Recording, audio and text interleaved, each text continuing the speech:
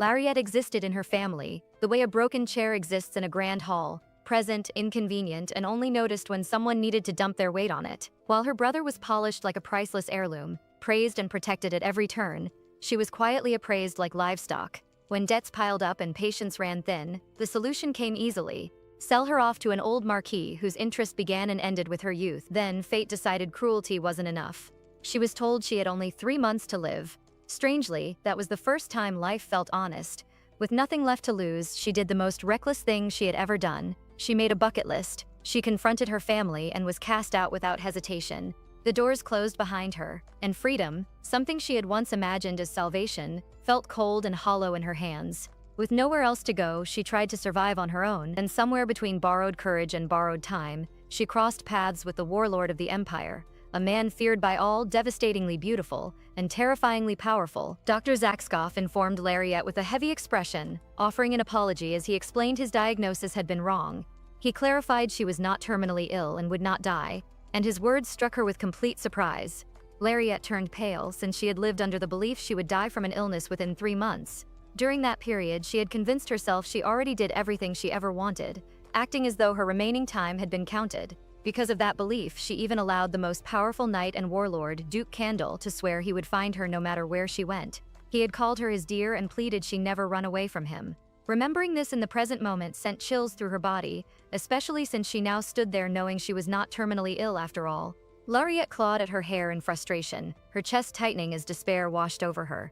She felt she would rather die at this point and even pleaded for such an end, overwhelmed by the sudden reversal of fate. Slowly, she explained everything had begun 3 months earlier.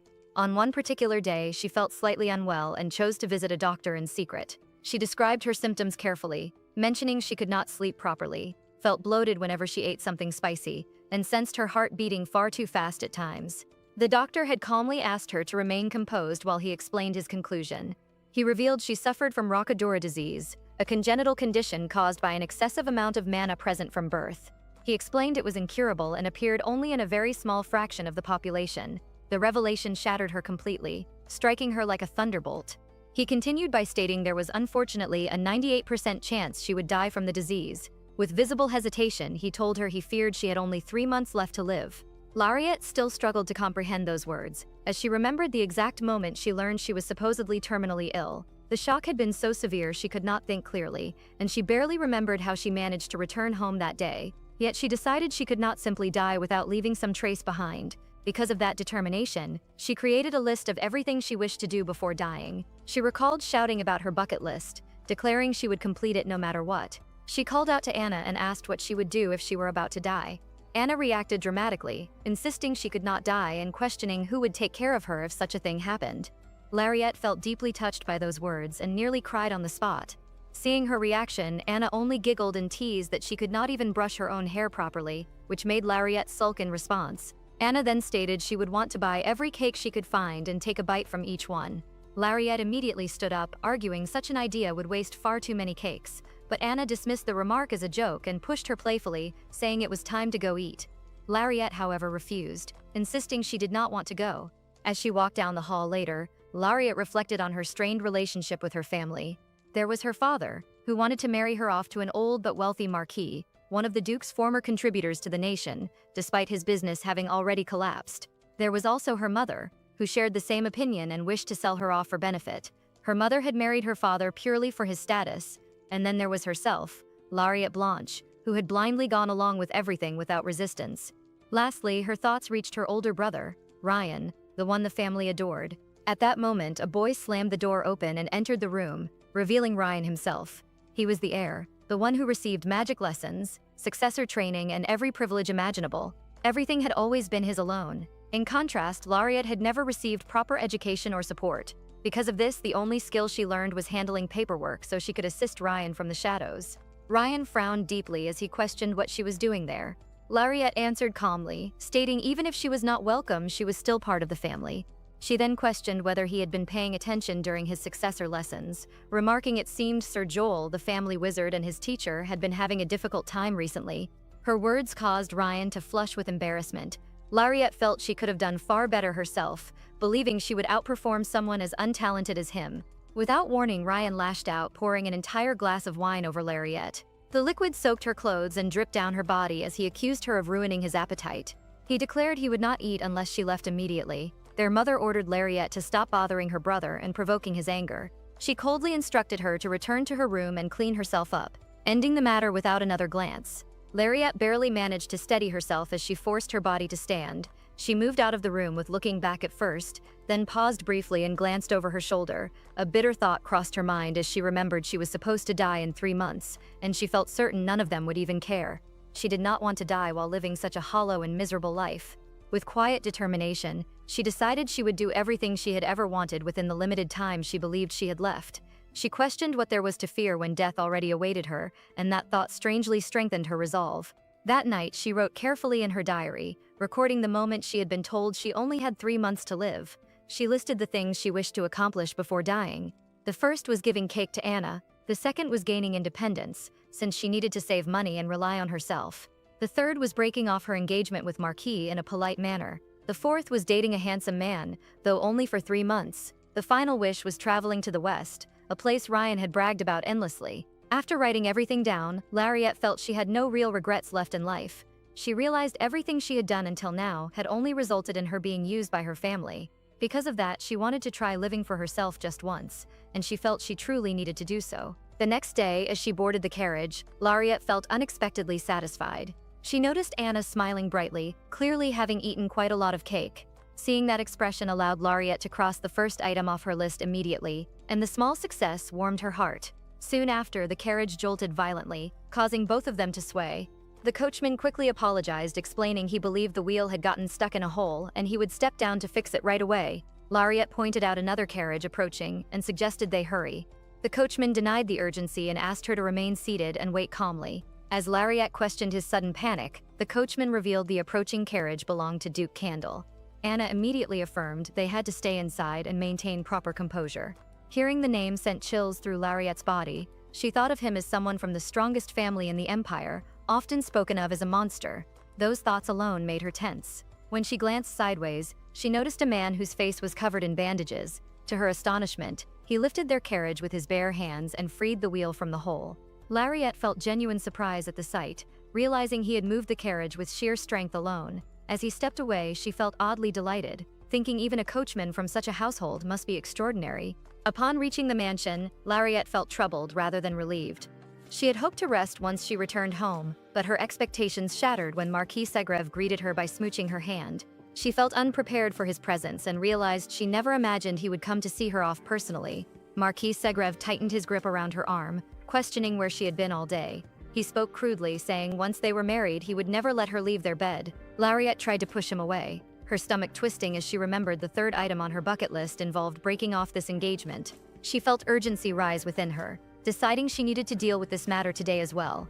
Marquis Segreve leaned close and whispered how much he loved her pretty face. Adding her resistance only made him want her more. He smoked leisurely and remarked she was a good return on investment. His words made Lariette shiver as her body trembled with disgust. At that moment, she felt certain this would be the day she ended everything. Suddenly, a magic circle appeared above their heads. Lariette made a firm decision. Then, she resolved she would destroy this disgusting old man and crossed out the plan to break off the engagement politely. She decided the engagement would still end, but not in a decent or gentle way. The Blanche family had always been known for giving birth to talented witches, generation after generation. Among all the Blanches, however, the one regarded as the impact of the century was Lariette Blanche. She had been born with exceptional magical talent, far surpassing what most could achieve, yet she never received the education she truly needed. The reason for this neglect lay with her older brother Ryan, the designated heir, who harbored deep jealousy toward Lariette's natural abilities. Because of his resentment, her talent was deliberately suppressed and ignored. As a result, everything she learned came only from teaching herself, along with a few occasional lessons given by her teacher, who felt pity for her circumstances and quietly helped when he could. Standing firm, Lariette cast her spell, causing sharp earth spines to rise violently from the ground. The magic twisted and wrapped around the Marquis, forcing him to hang upside down in the air. She dared him to listen carefully, stating she would only say this once. She revealed she had no intention of marrying him and declared the engagement should be broken immediately. She patted him lightly, remarking she could not stand men like him who treated people as nothing more than money and investments. Suddenly, a sharp scream echoed from behind, calling out desperately for the Marquise. The Duke and Duchess rushed into the room in a panic. Without hesitation, Duke Blanche dispelled the earth vines, causing Marquis Segrave to fall heavily to the ground. Marquis Segrave trembled with rage and humiliation, vowing he would never forget what had been done to him. Duke Blanche quickly tended to the Marquise, apologizing repeatedly and asking for forgiveness, explaining she had meant no harm. Marquis Segrave, however, refused to accept any apology and rattled on furiously, insisting such disgrace would never be forgiven. Lariette felt a deep sense of exhaustion rise within her. The family who treated their own daughter like something to be sold, and Marquis Segrave who had been willing to buy her without shame, all filled her with disgust. She felt sick of every single one of them as they tried to approach her. The Duchess screamed at Lariette, accusing her of finally losing her mind. Lariette calmly affirmed she had indeed lost it, adding it had happened a bit too late in her opinion. She even expressed surprise she had not done something like this much earlier. Before she could finish her sentence, a sharp slap landed across her face. Duke Blanche shouted, questioning whether she understood what she had done, declaring they would go bankrupt because of her actions. Lariette's heart pounded as she questioned who had put the family in such a situation in the first place, and why she was the one forced to pay for his mistakes. She stated none of them loved her or cared for her. She reminded them she had sold herself to secure a wealthy life for the family, yet all she received in return was a slap across her face. The Duchess screamed again, stating the clothes Lariette wore, the food she ate, and the bed she slept in were all provided because she was their daughter, and there was a price to be paid for those things. Lariette argued calmly, affirming this was precisely why she had managed the family's financial books on behalf of her father and handled other household matters. She reminded them she had visited the manor in place of Ryan and had even agreed to marry to help pay off her father's debts. Duke Blanche shouted in fury, questioning why she would ruin everything now. He insisted she should have simply followed the plan and accused them of being too lenient with her, claiming she had forgotten her place. With a deep frown, he declared he would remove her from the family register and ordered her to leave at once. The Duchess immediately called out to her husband, saying such a decision went too far. Lariette whispered quietly, "It was only a piece of paper that could be torn apart in an instant," questioning whether it truly mattered so much. She admitted her greatest fear had always been being removed from their hearts, but she realized she never truly had a place there to begin with. Lariette paused, thanking them for keeping her around for as long as they had. She deliberately addressed them as Duke and Duchess before turning and moving away. Duke Blanche shouted after her, warning her not to dare take anything from the mansion. Lariette laughed softly in response, finding the threat meaningless. Suddenly, Ryan called out her name. Lariette replied she had no desire for his farewell. Ryan questioned who said he was there to say goodbye at all.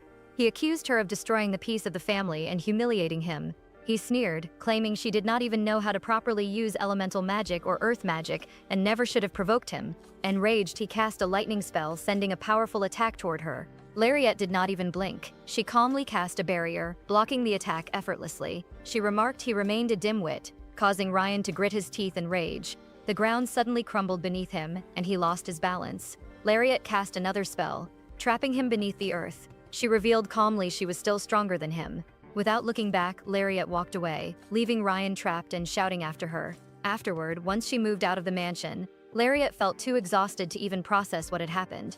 As she stood outside, a heavy realization settled in, making her feel she truly had left her home behind.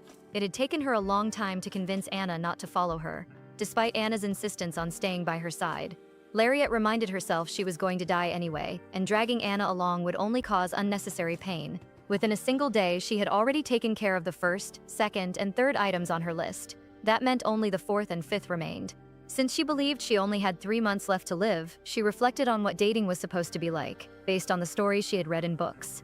She hoped she could casually date someone with plenty of experience, someone who would not become overly serious or attached. She wanted something light and uncomplicated, something that would not weigh her down. With that thought, she stepped forward toward a large hall, her mood lifting slightly. She felt excited knowing she had brought some cash with her, though she also understood it would not be enough if she truly intended to live a hedonistic life. To do that, she needed a proper job, something worthwhile. For that reason, she decided to rely on what she was best at. Gathering her resolve, she slammed the door open and boldly announced she was a purification witch offering her services. Purification magic was known as an unpopular form of magic. It required an excessive amount of mana and was far less efficient compared to healing magic. Both healing and purification magic shared many restrictions. Neither could be used on someone with an extremely high level of mana, nor could they be used on oneself. The same limitations applied to divine power as well. Lariette struggled slightly as she demonstrated her talent, but she felt those disadvantages did not matter much to her. After all she possessed in abundance was mana. However, the owner of the guild looked completely uninterested. With a firm and indifferent tone, he stated they did not need her services.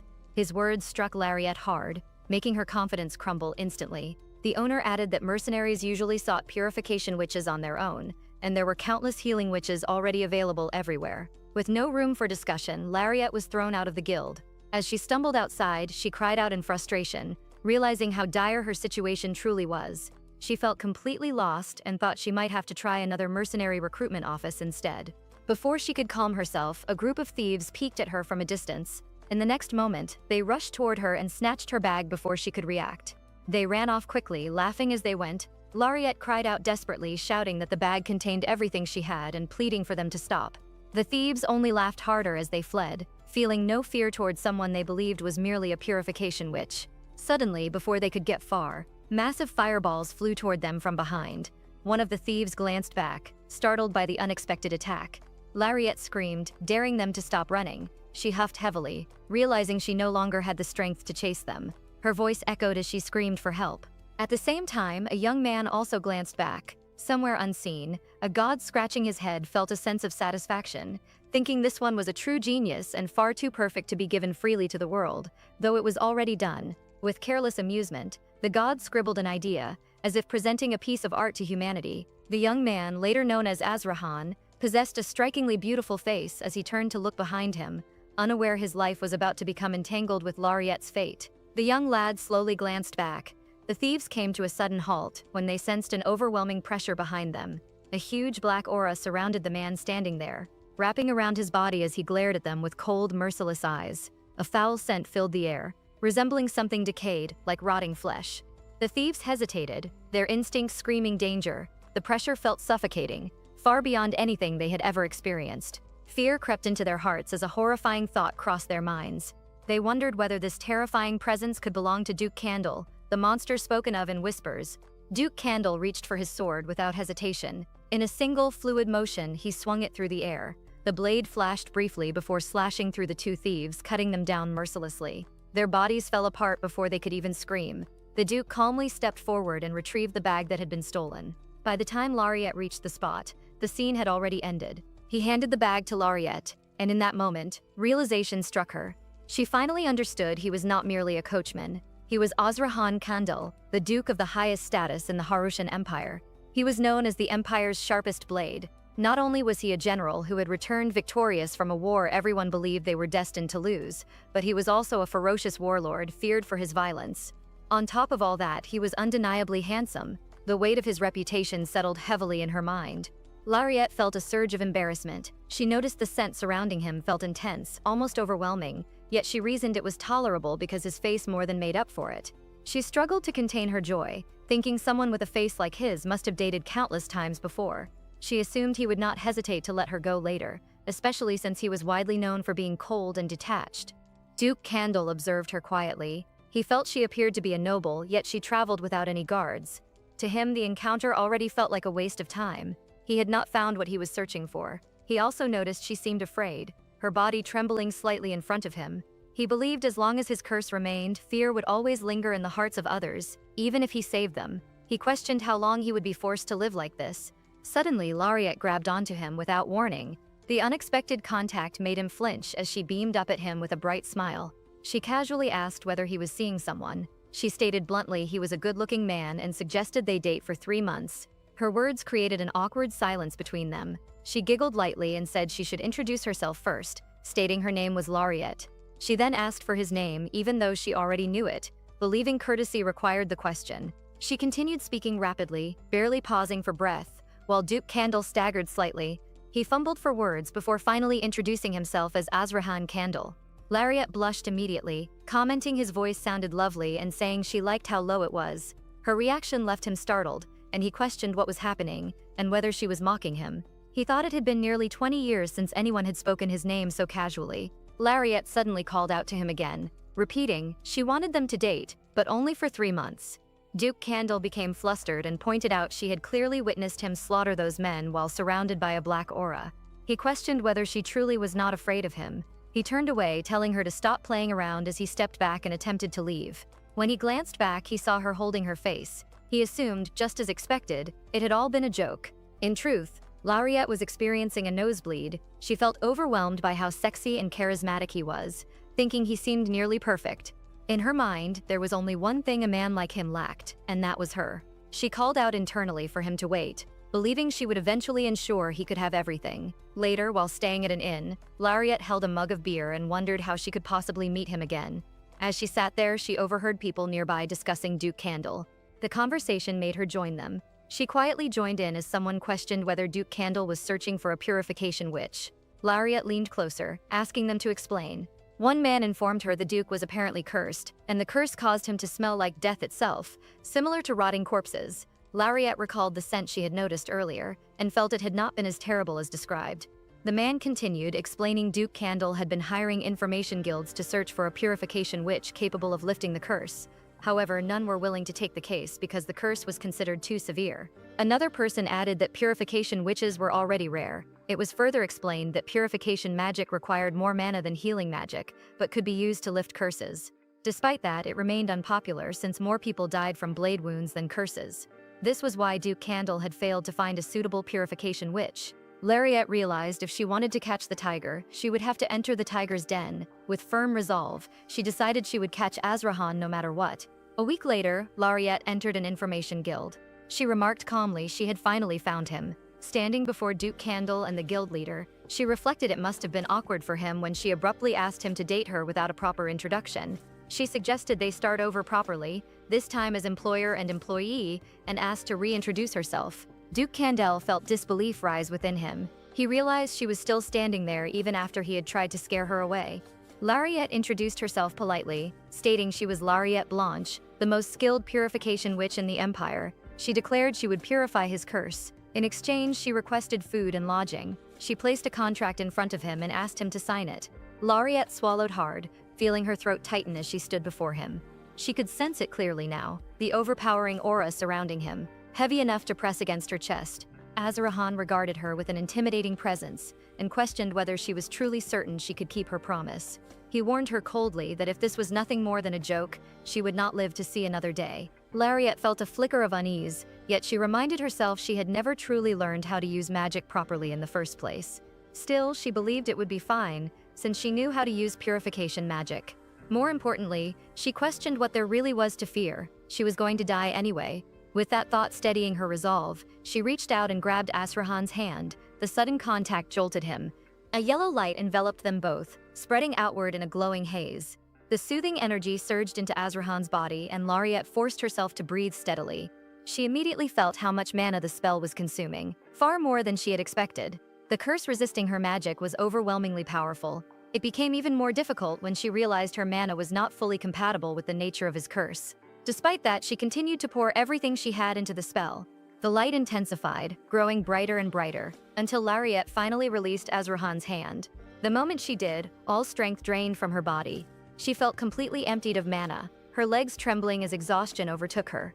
Weakly, she asked him to check whether it had worked. Azrahan felt a familiar heaviness settle in his chest. He believed he should not get his hopes up since he already knew the outcome. He had endured this curse since childhood and understood it far too well. Memories surfaced of a blood-soaked, murderous voice echoing in his mind, declaring his skin would break apart and his body would fill the room with the stench of rotting flesh. That voice had haunted him for years. Because of that, he felt he could not allow himself to hope. Then something unexpected happened. He noticed his hand beginning to sparkle faintly. The skin brightened, regaining a healthy appearance. His heartbeat quickened as realization struck him. This was not an illusion, it was a miracle. He stared at his hand in disbelief, his breath catching as the truth settled in. Lariette let out a small giggle and casually asked whether he could sign the contract. Now, Azrahan clenched his fist tightly, overwhelmed by the sight before him. To him, the miracle shining on his hand was blindingly beautiful. More than that, he realized she herself was the only miracle capable of lifting his curse. He felt a powerful fear rise within him, the fear of losing her. Completely drained from the loss of mana, Lariette collapsed forward into his arms. Azrahan caught her instinctively, holding her close. In that moment, he realized he did not want to lose her, and more importantly, he could not afford to. He affirmed silently that until the curse was fully lifted, he would never let her go. Holding her securely, he signed the contract. The agreement stated Azrahan would provide Lariette with 3 months of lodging as payment for purifying the curse. Later, within the mansion, Lariette slowly opened her eyes. Disorientation washed over her as she questioned where she was. Azrahan replied calmly that she was finally awake. She then questioned him about their surroundings, and he explained she was in Candle Manor. He added he had brought her there according to the terms of their agreement, asking whether this arrangement was inadequate.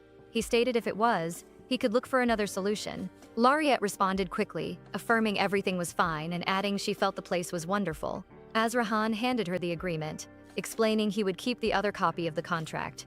The gesture delighted her, and her eyes lit up with excitement. She swung her arm toward him playfully and asked whether she had been asleep for long. Azrahan affirmed she had, adding she was the first person ever to successfully purify his curse. Lariette immediately grabbed his hand, feeling an overwhelming urge to hug him. Since she restrained herself, she decided holding hands would suffice. She shook his hand enthusiastically, thanking him and adding he should be good to her, as she promised she would keep her end of the deal. Azrahan felt troubled by her behavior and affirmed their relationship was strictly that of employer and employee. Inwardly, he questioned why she was not avoiding him and wondered what exactly was going on. Lariette called out to him again and asked him not to address her as Miss. She requested he call her by her name instead, and simply call her Ree. The request made Azrahan flinch slightly. He stood up and stated he had only come to check on her condition since she had fainted. He added he had brought her some necessities, and seeing she appeared fine, he would leave now. Lariette frowned as she watched him. She thought he looked like the type with plenty of dating experience, yet he was acting strangely cold toward her. She wondered whether she simply was not his type. Soon after, she grinned, thinking she could always change that if necessary. The thought sent an inexplicable chill down Azrahan's spine. Azrahan cautioned her not to raise her hopes too high, since they could not yet be sure the curse was fully healed. Lariette smirked in response, feeling his concern sounded sweet. Seeing her bright expression, Azrahan unconsciously took a few steps back. He bid her to rest well, and stated they would meet again the following day before leaving the room. Left alone, Lariette bundled herself under the covers and hugged a pillow tightly. She let out a frustrated scream, complaining it was unfair to show her such a beautiful face the moment she woke up. She questioned why he had to be so handsome and even thought his face deserved to be passed down through generations. Outside the door, Azrahan heard every word. His ears burned as he blushed, muttering to himself there was definitely something wrong with her. The next morning, Azrahan calmly sipped his tea. He glanced toward Lariette and asked whether there was something she wanted to say. Lariette had been staring at him intently and affirmed she had been waiting for him to notice. She questioned why he was not eating with her, which made Azrahan flinch slightly. Lariette explained she had been waiting, thinking they would have breakfast together. Azrahan replied, she must have a strong stomach to want to eat with him. Lariette questioned what he meant and why that mattered. Azrahan then addressed her as Mage and questioned how much she actually knew about his curse. Lariette attempted to dismiss it lightly, but then explained it was the curse of the dead. She stated the cursor had cast it just before dying, which was why the curse could not be lifted by killing them. That also explained why the curse was so powerful. Lariette questioned why he had been cursed in the first place. Azrahan explained it had happened when he was 7 years old. He added she might not notice it now because the bandages he wore were enhanced with magic to block the smell. Without them, the curse caused the skin on his body to break down and rot. He explained purification mages had managed to slow the process over the years, but none had ever succeeded in lifting the curse completely. The explanation saddened Lariette deeply. Azrahan thought it would be understandable if she found him disgusting and chose to run away. He believed he would chase her down if necessary and even lock her up if that was what it took. He was willing to do anything to lift the curse. However, to his surprise, Lariette reached out and grabbed his hand firmly. She promised she would definitely lift the curse for him. Her words caused Azrahan's heartbeat to quicken as hope surged within him once more. Azrahan found himself wondering why Lariette was not afraid of him when she should have been.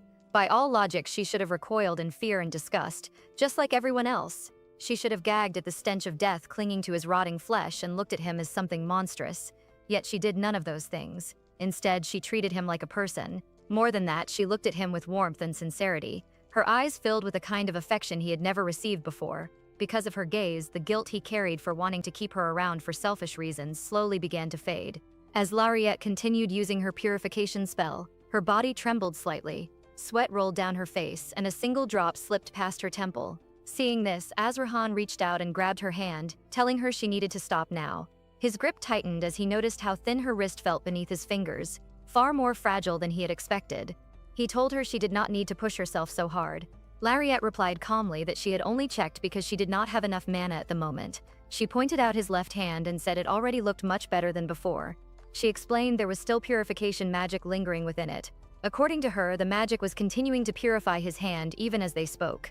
From this, she had learned something important. There was a limit to how much purification magic his body could hold at one time. Because of that limitation, other parts of his body could not be purified until his left hand was completely cleansed.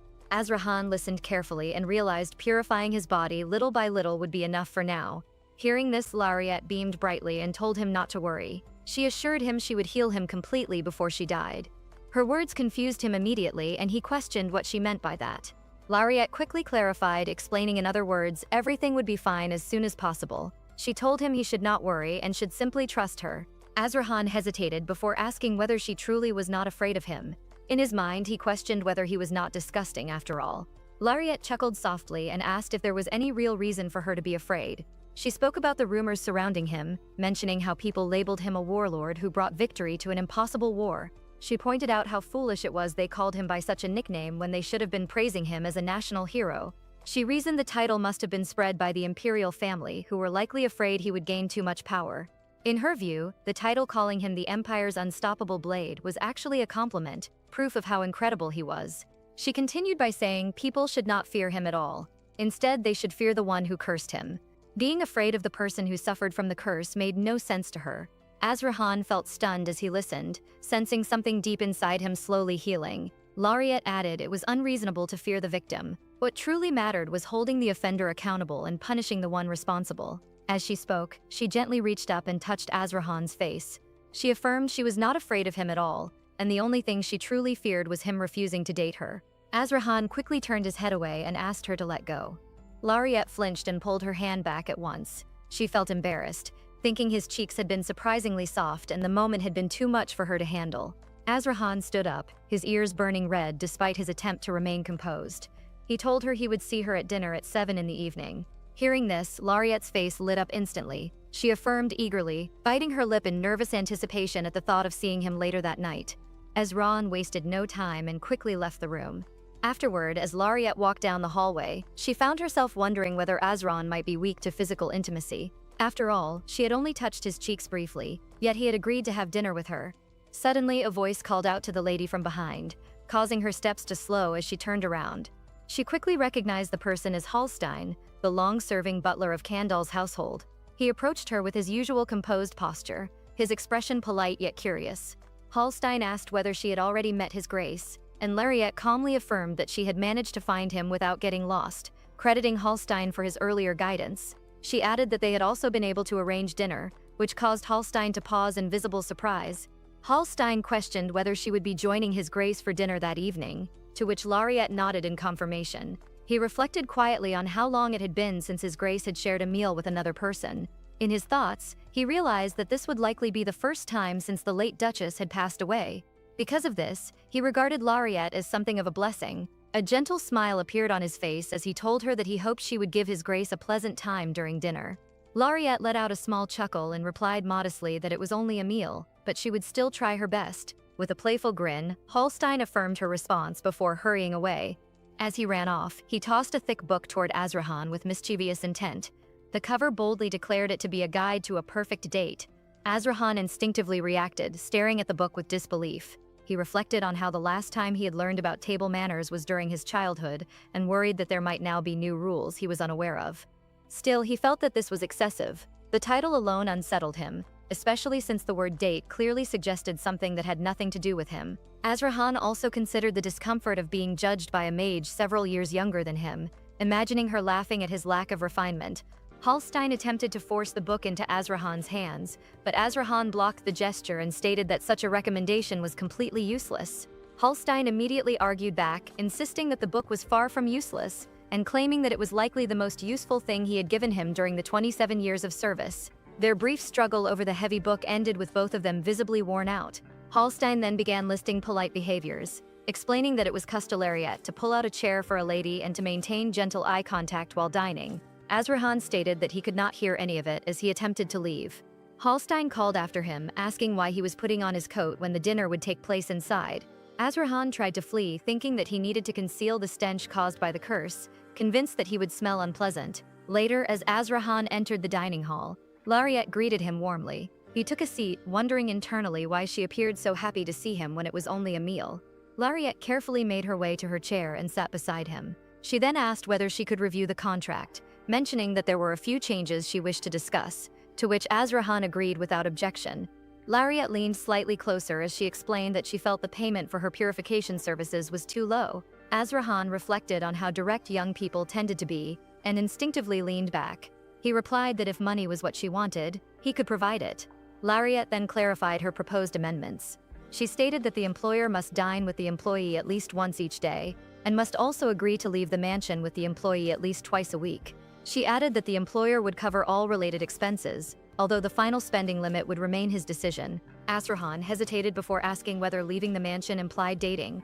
Lariette responded with a bright smile, confirming without hesitation that it did. Azrahan felt deeply troubled after hearing the remark about a date.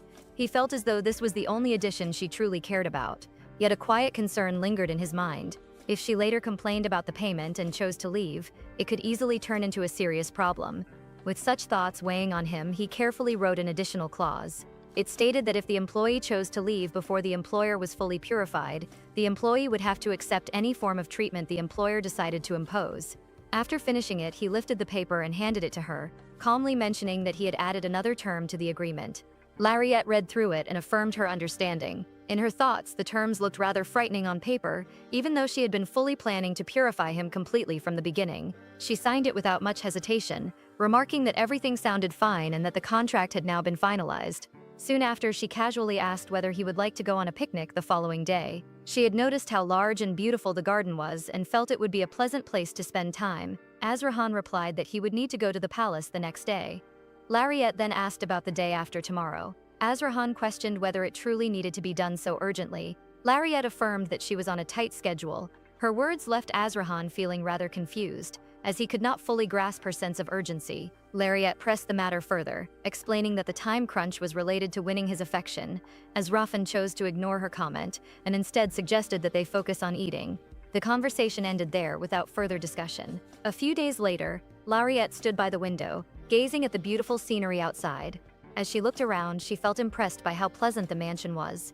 She never imagined she would have the chance to stay in a place like this. Since her mana had already recovered, she felt it would be better to hurry and purify him before they eventually left. With that thought in mind, she moved toward Azrahan to begin the purification. When she entered the hall, Azrahan greeted her with his usual straight-faced remark, commenting on how early she was awake. Seeing his face shining so brightly, Lariette felt momentarily overwhelmed, almost to the point of losing her composure. She muttered under her breath that the sun named Azrahan never truly set, as his face seemed to glow endlessly. Azrahan questioned what she was talking about, clearly confused. She brushed it off, and he soon suggested that they go for the picnic later in the day, mentioning that it was still quite cold outside in the morning. He then asked her to leave him to his work, as he had many tasks to complete for the day. Lariette questioned whether he truly did not have time to be purified. Azrahan replied that she had already recovered her mana, implying that there was no immediate issue. Lariette responded that she planned to remove the bandage, believing the purification would work better if she touched his skin directly. Azrahan agreed to her suggestion without objection. As Lariette held his hand and activated her purification magic, a soft glow spread across his skin. While performing the spell, she sensed that the curse on his hand was not particularly strong, so a single attempt would be sufficient. Just like before, the magic would remain within his hand and gradually purify it completely over the next few days. Azrahan remarked how unbelievable the entire process felt to him. He found it hard to believe how effortlessly she managed it, especially since he had spent 10 years searching for a mage and had never witnessed anything like this. He then asked Lariette how she was feeling. She brushed it off, saying it was not too bad, as she had figured out a more efficient way to do it. She admitted that she had wasted too much mana during the previous attempt. Leaning slightly closer, she mentioned that since the purification was done for now, they should proceed with the picnic. As they stepped out into the garden, Lariette began shivering due to the cold wind. Azrahan reminded her that he had already warned her about how cold the mornings could be. In response, Lariette leaned closer to him, lightly clinging to his arm. She said that despite the cold, it was still worth it, as she was on a date with him. A chill ran through Azrahan when Lariette casually remarked that it would feel much warmer if someone were kind enough to lend her his jacket. Azrahan immediately denied her request, not because he was unwilling, but because he did not want her to sense the curse clinging to him. Lariette accepted his refusal without protest, remarking that it was fair enough, as she would hate to see him catch a cold. Her response took Azrahan by surprise, as he had not expected such concern from her. Lariette soon wandered ahead, walking slowly while lightly patting the tiled path beneath her feet. After a short distance, she smiled and called out to him, asking him to come over since the sunlight felt pleasant and warm there. When they finally sat down together, Azrahan commented in a quiet tone that someone's company seemed cheaper than expected. Lariette replied without hesitation that it was only the case when it involved him. She then asked him to move a little closer. Azrahan avoided her reaching hands and replied that he felt comfortable maintaining their current distance. Lariette frowned slightly, her thoughts drifting in a different direction. She wondered whether he had been heartbroken in a previous relationship or whether he simply did not like her. She reflected that she herself lacked much dating experience, yet she believed it remained important to express one's feelings honestly. She felt confident in her ability to do so, even as she continued staring at him with intent focus. Meanwhile, Azrahan found himself thinking that he had never imagined sitting in the middle of a flower garden like this. Everything about the moment felt unfamiliar, and he felt completely out of place. Lariette opened the picnic basket and expressed her surprise at the food inside, remarking on how delicious it all looked. Azrahan recalled Hallstein's earlier encouragement, remembering how he had wished him success and insisted that he could manage this situation. In contrast, Azrahan silently wished for Hallstein to stay far away from such moments. Lariette then asked Azrahan about his favorite food. He replied that he did not really have one, which visibly surprised her. She found it strange and wondered aloud where the enjoyment was in eating if one had no favorite dish. Lariette then shared her own preferences, explaining that she liked salmon and cucumbers together. She mentioned that while she could eat them, she would not actively seek them out due to her dislike of their smell. Azrahan remarked that he found the scent rather fresh. Lariette guessed that perhaps he did not like cucumbers either. Azrahan, however, began wondering whether she was unconsciously purifying the air around her due to her abilities as a purification mage. He sensed that even the faint presence of his curse seemed to be fading. He considered asking her whether she could smell the curse, yet hesitated, wondering if she might be pretending not to notice anything at all. Azrahan took a bite of his sandwich, while Lariette quietly reacted to the scene unfolding before her. She struggled to keep her composure, feeling overwhelmed by how beautiful he looked in that moment. She fidgeted slightly, trying to restrain herself, which made Azrahan question her behavior. When he asked what she was doing, Lariette simply told him to wait and see. As they sat beside each other, a gentle wind passed through the garden. The flowers around them shimmered softly, and a ring of blossoms unexpectedly fell onto Azrahan's head. Lariette was taken completely by surprise. Azrahan turned to her and questioned whether this was meant to be a joke. Lariette immediately stopped him, insisting that it was not, and asked him to give the flowers to her. Azrahan tossed them away without thinking, causing Lariette to scream in protest, telling him not to do it like that.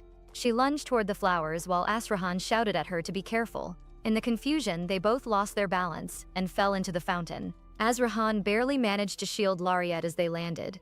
Once the chaos settled, he questioned the mage, remarking that it was about time she stopped causing such shocking situations. Sensing the sudden closeness between them, Lariette bit her lower lip as Azrahan gently tended to her hair. As his fingers brushed through the damp strands, Lariette assumed he was stroking it absent-mindedly. He reminded her to be careful, warning that she might catch a cold if she stayed like this. Lariette immediately denied the concern, confidently insisting that she was extremely healthy and rarely ever fell sick. Without any further warning, Azrahan suddenly lifted her up, stating that they should return inside. The action caught Lariette completely off guard. She struggled lightly against him, insisting that the date had been far too short, and arguing that it did not count if it ended this quickly. Azrahan ignored her protests and carried her back regardless. Later, as Lariette lay in bed, Hallstein checked her condition and stated that her temperature was at 101 degrees, confirming that she had developed a severe fever. Azrahan groaned in frustration upon hearing this, and turned a sharp gaze toward her. Lariette, despite her condition, attempted to lighten the mood by saying that he was witnessing her very first cold, and even congratulated him for it. Azrahan responded by glaring at her in silence, which made Lariette quickly apologize. Azrahan then informed her that he had already asked a priest to visit her, explaining that he needed to go to the palace that day and could not stay behind. Lariette affirmed his decision without complaint. Azrahan found himself slightly surprised, as he had expected her to give him a hard time or demand that he stay with her. Instead, she accepted it calmly, which made him think that she might be more mature than he had initially assumed. As he prepared to leave, Lariette continued staring at him quietly. In her thoughts, she considered how trivial a cold was, yet she felt deeply touched by how kindly he had taken care of her. Azrahan noticed that her reaction felt different from usual, which unsettled him slightly as he stepped away. He left the room and entered the carriage, his thoughts drifting elsewhere. While seated inside the carriage, Azrahan began wondering what Lariette might have told Duke Blanche before leaving her home. He doubted that the Duke would send his daughter away so willingly without reason. Duke Blanche's behavior seemed unusually permissive, yet Azrahan had not had the time to reflect on it properly due to Lariette's constant distractions. He resolved to look into the matter later. As the carriage moved forward, it passed by another white carriage. Azrahan briefly glanced out and noticed a figure with white hair passing behind it. He wondered whether the person might have been a female priest. A strange sense of relief settled in his chest as he thought that it was a girl. He quickly stopped himself, questioning why he had smiled at such a thought. The realization unsettled him as the carriage continued onward. Back at the mansion, Lariette felt her face heat up when she saw the person standing before her. The priest politely asked whether she was the patient, introducing himself as someone sent from the temple. He smiled gently as he explained his purpose. Lariette's heart raced as she observed his face, which she thought looked like a piece of art. The priest introduced himself as Doha, a servant of Altion, to which Lariette introduced herself in return. As Doha reached toward her face, asking her to allow him to heal her, Lariette's face turned red from embarrassment. As he cast his healing purification spell, Doha casually asked how she had ended up in a place like this. Lariette denied any negativity, stating that there was nothing wrong with the house. Realizing that his words might have sounded offensive, Doha quickly apologized, explaining that he had not meant any harm. He added that people at the temple often gave him a hard time due to his personality. He explained that the temple was a strictly hierarchical place, making it easy for a low-ranking priest like himself to be treated poorly. Lariette recalled hearing that low-ranking priestesses were often sent to remote healing assignments. She found herself wondering why his superiors had not healed the scar on his face, especially since she thought his appearance was already quite striking. Once Doha finished his treatment, Lariette remarked that she felt completely recovered. Although she knew his service had already been paid for, she felt it was still necessary to express her gratitude. She asked whether he would be visiting again. Doha leaned slightly closer and Lariette placed her hand against him, saying that she felt the need to thank him even if only for showing her his face. As she focused her mana, she decided to heal the scar on his face. She quickly realized that it required far more mana than she had expected. Despite the strain, she completed the healing and smiled, saying that it was done. Doha rubbed the back of his head in amazement, remarking on how incredible her abilities were. He asked whether she was a healer mage. Lariette affirmed modestly, saying that she supposed she was. Doha then asked whether she would be interested in working as his healer, offering generous compensation for her services. Lariette felt conflicted, as she believed low-ranking temples were meant to be pure places, and she also needed to focus on purifying Azrahan first. She apologized and explained that she was currently busy. Doha then suggested the possibility of the future, saying that any time she was free would work for him. Lariette affirmed that perhaps it could be considered later. Doha treated it as a promise and leaned in with a smile. As a sign of gratitude, he offered to continue healing her for free, adding that if she ever healed him again, he would ensure she was properly compensated. Lariette felt that the arrangement benefited her and agreed. Dofa then suggested that they consider themselves friends for now, expressing that he would like to get to know her better. Lariette felt an uncomfortable sensation she could not fully explain. She realized that she had never truly had friends before, and the thought of experiencing friendship, even briefly, felt meaningful. She affirmed the sentiment, saying it was nice to meet him. Dofa replied that the pleasure was his as well. As he returned to the Temple of Altion, the priests welcomed back Reverend Mikhail Doverian, the high priest of the Temple of Altiao. Back at the temple, the priest Joshua tended to Mikhail with a serious expression. He advised him that it was not wise to leave the temple so frequently, especially for someone destined to become the pope. His tone carried concern rather than reprimand. However, his expression suddenly changed when his eyes landed on Mikhail's forehead. He jolted in surprise and questioned what had happened to the scar that had once been there so clearly. Mikhail replied calmly that a healer mage he had met earlier that day had healed it for him. Joshua was visibly shaken upon hearing this. He questioned whether a healer mage had truly done such a thing, his voice filled with disbelief. He cautioned that such a feat suggested a level of mana comparable to Mikhail's own, which made little sense to him. He questioned how such a thing could even be possible, as it went against everything he understood. Mikhail merely smirked in response, stating that it was something he intended to look into later, offering no further explanation. Meanwhile, Azrahan sat restlessly inside his carriage. His thoughts refused to settle as he questioned whether he should go back or not. He told himself that it was probably better if he did not. He affirmed internally that he had already decided against it. Yet, as he attempted to calm his mind, he found himself stepping out of the carriage without realizing it. The sudden movement made the coachman shiver, momentarily fearing that Azrahan was heading somewhere with violent intent. Azrahan paused, questioning himself once more. There was no real reason for him to go and see the mage, and yet he could not understand why the urge persisted. He wondered why he cared so much about her in the first place. That question lingered heavily in his thoughts as he approached the door. Just as he was about to open it, the door opened from the other side, and Lariette peeked out, warmly welcoming him. The sight made Azrahan realize that this might be the first time someone had ever greeted him at the door like this. Azrahan stepped inside and asked how her cold was. Lariette replied that she was feeling much better, explaining that the priest had been very skilled. Without warning, she suddenly grabbed onto him, which caught him completely off guard. She remarked that she would be fully healed once the priest treated her a couple more times.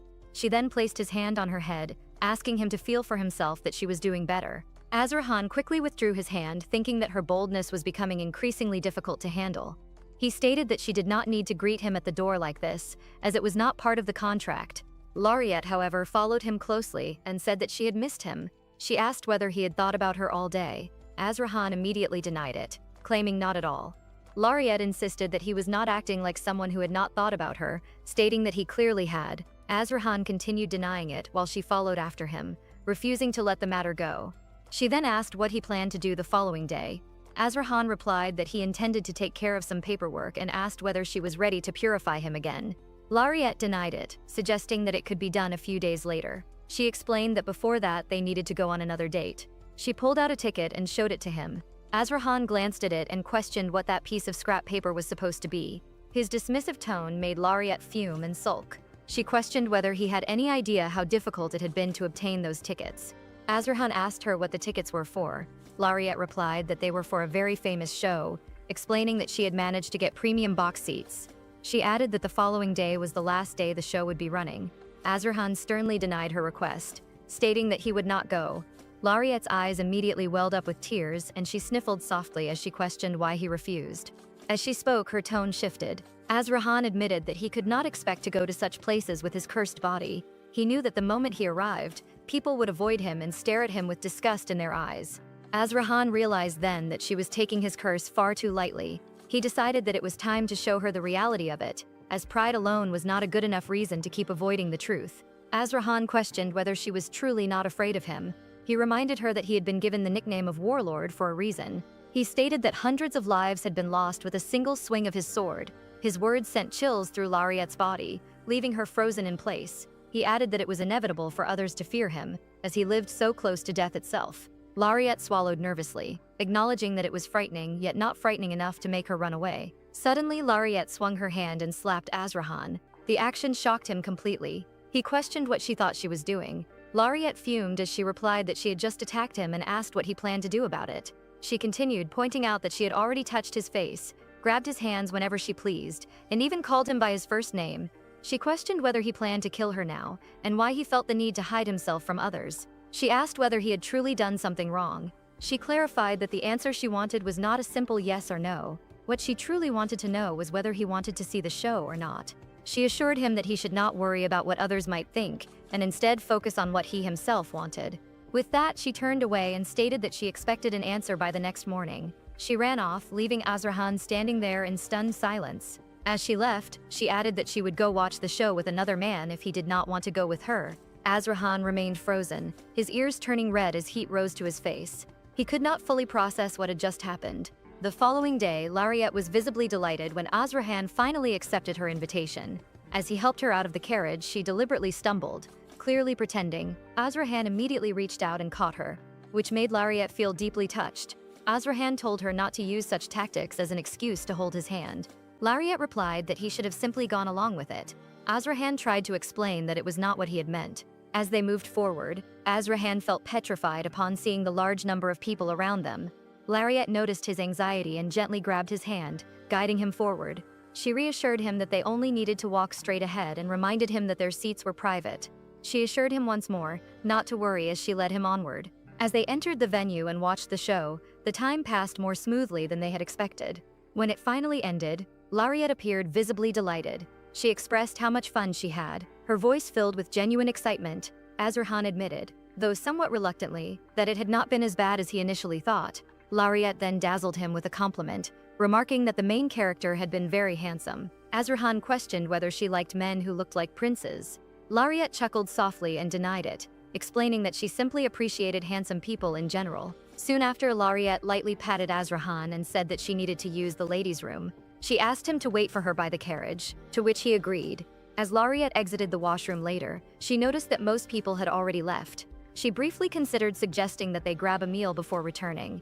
However, before she could act on the thought, a voice called out her name from behind. Lariette turned around and immediately recognized the man as a Marquise. He stood close to a woman, his posture casual yet unsettling. Marquise Sigrev apologized, asking whether he had startled her, explaining that he was simply pleased to see her again. Lariette reacted without hesitation. She warned him by casting a subtle spell, stating that she distinctly remembered telling him that she never wanted to see him again. She added that she disliked repeating herself. In response, Marquis Sigrev snapped his fingers impatiently. He remarked that he was unsure whether she was confused or simply refusing to accept her current situation. He told her to know her place, emphasizing that she was no longer worth anything. Before Lariette could react further, figures emerged from behind and restrained her arms. Marquis Sigrev spoke again, stating that he had been waiting for this moment. He claimed that he had never gotten over what she had done to him in the past. He questioned what he should do now that she was nothing more than a commoner. He suggested that he might take her in as his mistress, adding that he was being lenient only because she had a pretty face. As he reached toward her, a sudden flash cut through the air. In the next instant, his hand was severed, causing him to scream in agony. The slash did not stop there. It extended further, swiftly taking the lives of those restraining Lariette. The hall was soon filled with cries of pain and terror. Azrahan appeared beside her, remarking calmly that she had taken too long to return, so he had come looking for her. He pulled Lariette close and asked whether she would be disappointed in him for getting rid of people who had forgotten their place. Lariette stared at him in shock. At that moment, Marquis Sigrev screamed at Azrahan, demanding to know how he dared to do such a thing, and questioning whether Azrahan knew who he was. Azrahan responded coldly, remarking on Marquis Sigrev's lack of manners, and questioning whether he was actually being addressed. The tone alone sent chills through Marquis Sigrev. Lariette tried to hold Azrahan back, pointing out that the man was a marquis, and warning that things could become complicated. Azrahan dismissed the concern, replying that he was the Duke Candle. Lariette insisted that even if he was powerful, it still mattered. Azrahan thought about whether she had forgotten that the Emperor had granted him the authority to execute any individual at his own discretion. Before the situation could escalate further, Lariette grabbed Azrahan's arm and began running, urging him to follow her. They quickly entered the carriage and fled the scene. Inside, Lariette struggled to catch her breath, her chest rising rapidly as she huffed. Azrahan sat quietly, sulking. He noted to himself that the man had been a marquis and decided internally that he would ensure the man survived in name only. He then turned to Lariette and asked whether she was all right. Lariette struggled to answer properly, stating that she was not sure. She admitted that she could not breathe properly at the moment. Azrahan turned his face away, thinking that she might suggest ending their arrangement, as she felt deeply shaken by his violence. However, he also realized that the contract bound her regardless. Before Azrahan could speak again, Lariette suddenly called out his name. She exclaimed that what he had done was amazing, and added that he had been far more impressive than the main character of the show. Her words left Azrahan completely dazed. Lariette giggled lightly and admitted that she was not particularly fond of violence. She suggested that it could be considered self-defense instead. Azrahan affirmed her explanation without argument. The next day, Mikhail visited to treat Lariette once again. As he worked, he questioned whether she had pushed herself too hard after the previous treatment. He pointed out that she should have been more careful, as her condition could have worsened since their last session.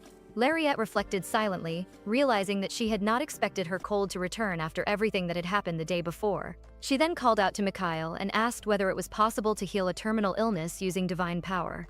Mikhail replied calmly, explaining that a terminal illness, by definition, could not be healed by magic or divine power. He clarified that an illness with even a slight chance of recovery was instead referred to as an incurable disease. Lariette asked whether that meant there was truly no choice but to die. Mikhail smiled gently and suggested that someone with immense divine power, such as the Pope, might be capable of such a miracle. Lariette felt her emotions surge and asked how she could ever gain an audience with the Pope. As Mikhail observed her closely, he noticed that her mana flow was unstable. He explained that it was a rare condition caused by having an excessive amount of mana. If left untreated, it could lead to death. He clarified that it was not terminal in her case, but it could develop into a chronic illness. While it would not be easy to heal, it was also not something that would take an extremely long time. Mikhail suggested that it might be worthwhile to help her, considering her skill as a mage. He asked whether she would allow him to attempt treating her condition, warning that it would require regular visits. Lariette felt a sense of relief and affirmed that she would appreciate his help.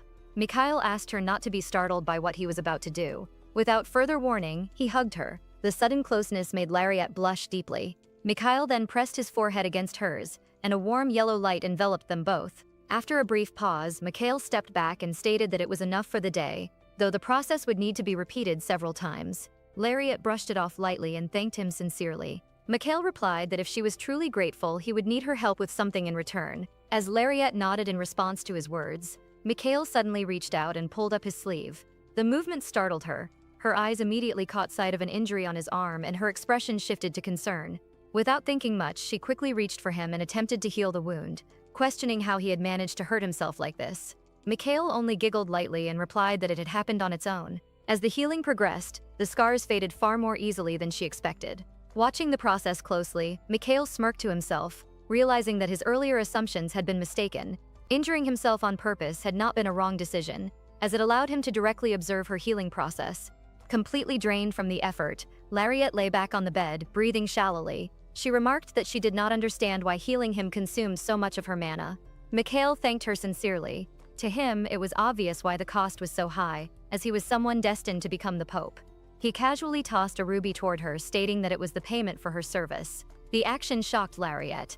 She stared at the gem in disbelief and asked whether he had truly just given her something like that. Mikhail affirmed it casually, adding that his family had recently discovered a mine. The explanation only delighted Lariette further.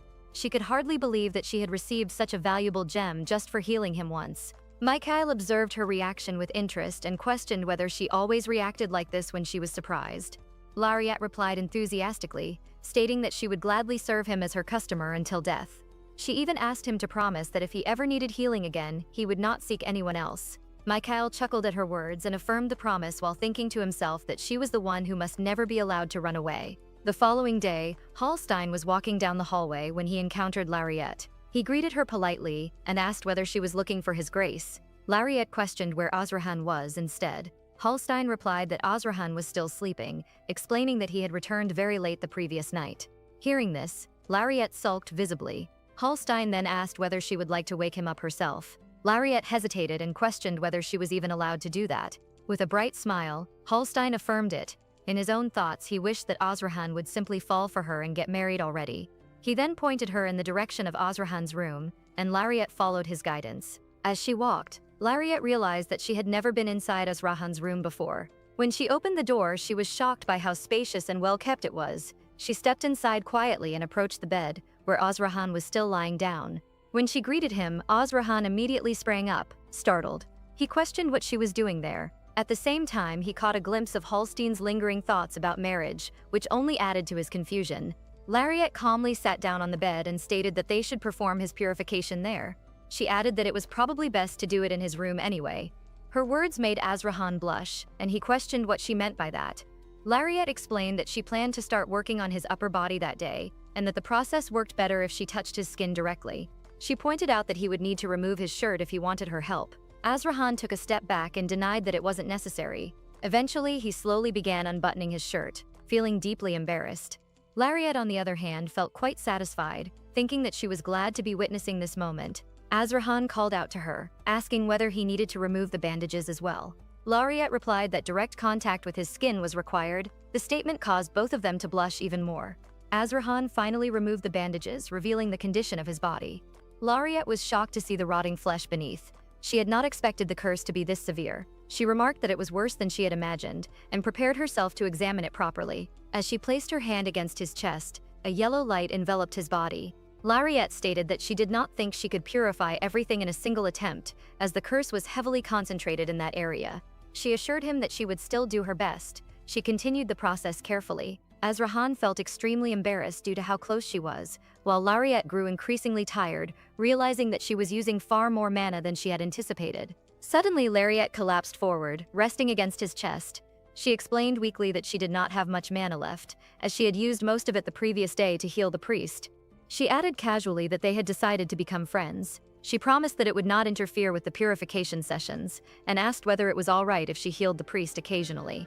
Azrahan questioned whether she behaved the same way in front of the priest. Mid-thought, he reassured himself that the priest was a woman, which eased his concern. He told her to do as she wished. Without warning, Lariette asked Azrahan when he planned to take her out again. Azrahan paused, surprised by the sudden question. Before he could answer, he noticed Lariette losing consciousness. She slumped forward and collapsed onto his lap. Azrahan clenched his fist tightly, unsure of what to do. Sometime later, Lariette walked into Azrahan's study, calling out for him. She quickly realized that he was not there. She ran through the mansion, searching for him and questioning where he might have gone. Eventually, she sat down at the table, feeling discouraged. She began to think that he was avoiding her. The situation felt far more difficult than she had expected. She wondered whether she had been too aggressive. Reflecting on her actions, she realized that she had spent more time chatting about everything except the curse itself, and had grown close to Azrahan, who now seemed to be deliberately keeping his distance. Her gaze shifted to Mikhail, and she thought that he seemed surprisingly good at relationship counseling. She even assumed that he must have dated many women. Mikhail leaned closer and whispered that he did not understand what she was missing out on. He questioned why she did not try to make Azrahan jealous, gently stroking her hair as he spoke. He suggested that every man felt shaken when he saw a woman with another man. Lariette replied that she did not know any man she could use to make Azrahan jealous. She reflected that she had hardly had any boyfriends and had never really made male friends either, especially since she had been engaged. Mikhail replied that it was a pity. He pulled her slightly closer and remarked that it truly was unfortunate, adding that he himself was also a man. As the yellow flash enveloped her body, Lariette felt a sudden jolt of surprise. It crossed her mind that he should have said something before healing her, since the sensation had truly startled her. While recovering from the moment, her thoughts drifted toward the idea of making a remark meant to stir jealousy in Azrahan. The more she considered it, the more convincing the idea appeared. She imagined Azrahan warning her never to leave his side, his expression tense as though even he would not know what he might do in such a situation. The image made her sniff quietly, feeling convinced that it was in fact a clever plan. However, Lariette soon pointed out to Mikhail that she felt uneasy about doing something like that to Azrahan. She believed he would not be happy if he found out, and the thought weighed on her conscience. She explained that while she was thankful for Mikhail's suggestion, she preferred to try winning Azrahan over by herself. She expressed her appreciation for Mikhail's help, making it clear that she did not dismiss his concern. Even so, her resolve remained firm. She believed she could handle this on her own, silently thinking that Azrahan only needed to wait a little longer for her. Later that night, as Azrahan carefully made his way into the mansion, Lariette's voice suddenly broke the silence. She remarked that he was quite late, her figure already seated on the stairs, her presence stretching long shadows across the floor. The sight sent an unexpected chill through the Duke Blanche. He questioned why she had not gone to bed, clearly unsettled by her waiting there. Lariette groaned softly, explaining that she had stayed awake because he had been so difficult to reach. Rising from her seat, she declared that she needed to settle things that very day.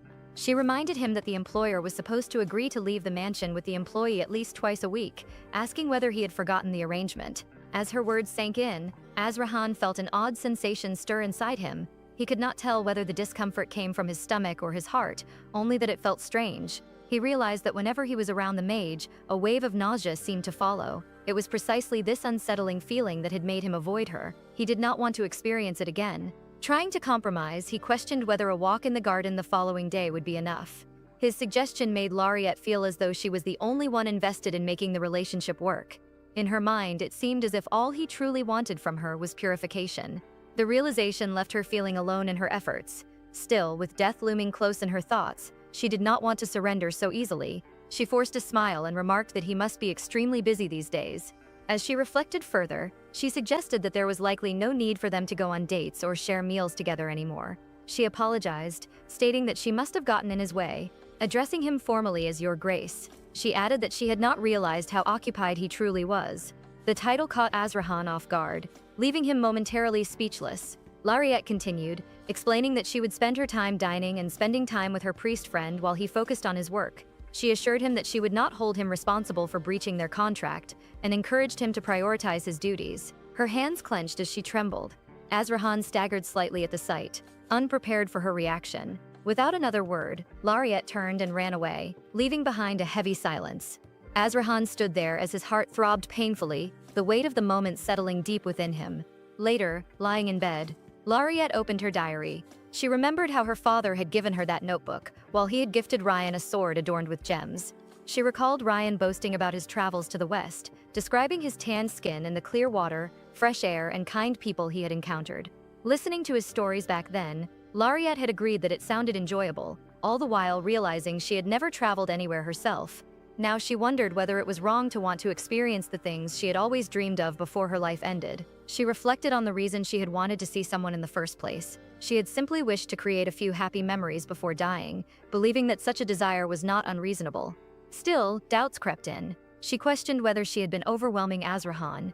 In her memories, he had never appeared unhappy during the times they spent together. The way he had looked at her while they watched the play lingered in her thoughts, making her believe she should try just a little harder. She felt convinced that she needed to do something more. Yet as exhaustion took over, a quiet loneliness settled in her chest. The following day at the temple, Mikhail adjusted his robe as Joshua observed him closely. Joshua remarked that Mikhail had been requesting a deacon's uniform quite frequently lately. He admitted he did not understand the reason, especially since Mikhail had already risen through the ranks at an unusually fast pace due to his exceptional divine power. Mikhail replied calmly, stating that it was something they had all worn in the past. Joshua then questioned whether Mikhail planned to visit the healing mage again, to which Mikhail affirmed without hesitation. Joshua cried out in concern, reminding him that the mage lived at Duke Candle's mansion. He warned that it would be a significant embarrassment if others discovered Mikhail's true identity. In response, Mikhail chuckled lightly, stating that he would simply have to ensure he did not get caught. Joshua suggested that Mikhail could bring her to the Altion temple instead, believing she would accept the position if she were told she would be working for the future pope. Mikhail merely shrugged, remarking that she was not very typical. Joshua agreed, stating that it was fair enough. He added that she must be one of a kind if Mikhail found her interesting. As Mikhail departed, he reflected on the research he had conducted about Lariette. He knew she was the firstborn of the Blanche family and the fiancée of a marquis who had not been seen in public for some time. She possessed excellent healing abilities and an enormous amount of mana. Considering that she was staying at Duke Candle's mansion, a man known for his obsession with lifting his curse, it was clear she was a purification mage. Mikhail assumed the Duke must be spending vast sums of money on her services. He also sensed that Lariette had developed feelings for him. Seated in the carriage, Mikhail admitted to himself that making her his exclusive healing mage would not be easy. He believed he needed to seduce her before her feelings for the Duke grew too strong and make her his own. He acknowledged that she was definitely growing on him. As he pondered how to approach the situation, the carriage arrived at the mansion and the gates opened. Suddenly, Lariette burst inside, asking whether he was free that day. Startled, Mikhail affirmed that he was. Lariette immediately sat down in the carriage, suggesting that they should do something together. She proposed grabbing food and going shopping, her excitement evident as she thought about putting the jealousy plan into motion. After a brief pause, Mikhail grinned and agreed. He reasoned that it would serve as the perfect excuse to spend time with her and attempt to win her over. Still, afterwards he found himself questioning why his priest's uniform had caught fire as they hurried away. He also wondered how he had ended up being dragged along by Lariette as they turned down the path. 10 minutes earlier, the moment rewound to when Mikhail and Lariette stepped out of the restaurant, both of them noticeably full after indulging in an excessive amount of dessert. Mikhail remarked that he still could not believe she had managed to eat all of that, finding it genuinely impressive. Lariette replied lightly, explaining that she had a separate stomach reserved entirely for desserts. She then added that she was equally impressed by how much Mikhail had eaten, to which he casually admitted that he had always loved sweet things. As they continued walking, Lariette asked, almost as an afterthought, why he bothered performing remote healings when he was already so wealthy. Mikhail explained that he normally avoided such tasks, but on this occasion he had been forced into it. He mentioned that priestesses of the highest rank often like to pressure deacons into performing remote healings, regardless of their wishes. Hearing this made Lariette feel sympathetic toward him. She tried to lift his spirits by assuring him that if something like that happened again, he should tell her. She added that she would make sure to deal with it herself. Mikhail found her reaction interesting. From his perspective, no one truly compared to his divine power. Yet Lariette possessed a mana capacity close to his own while remaining completely unaware of how extraordinary she actually was.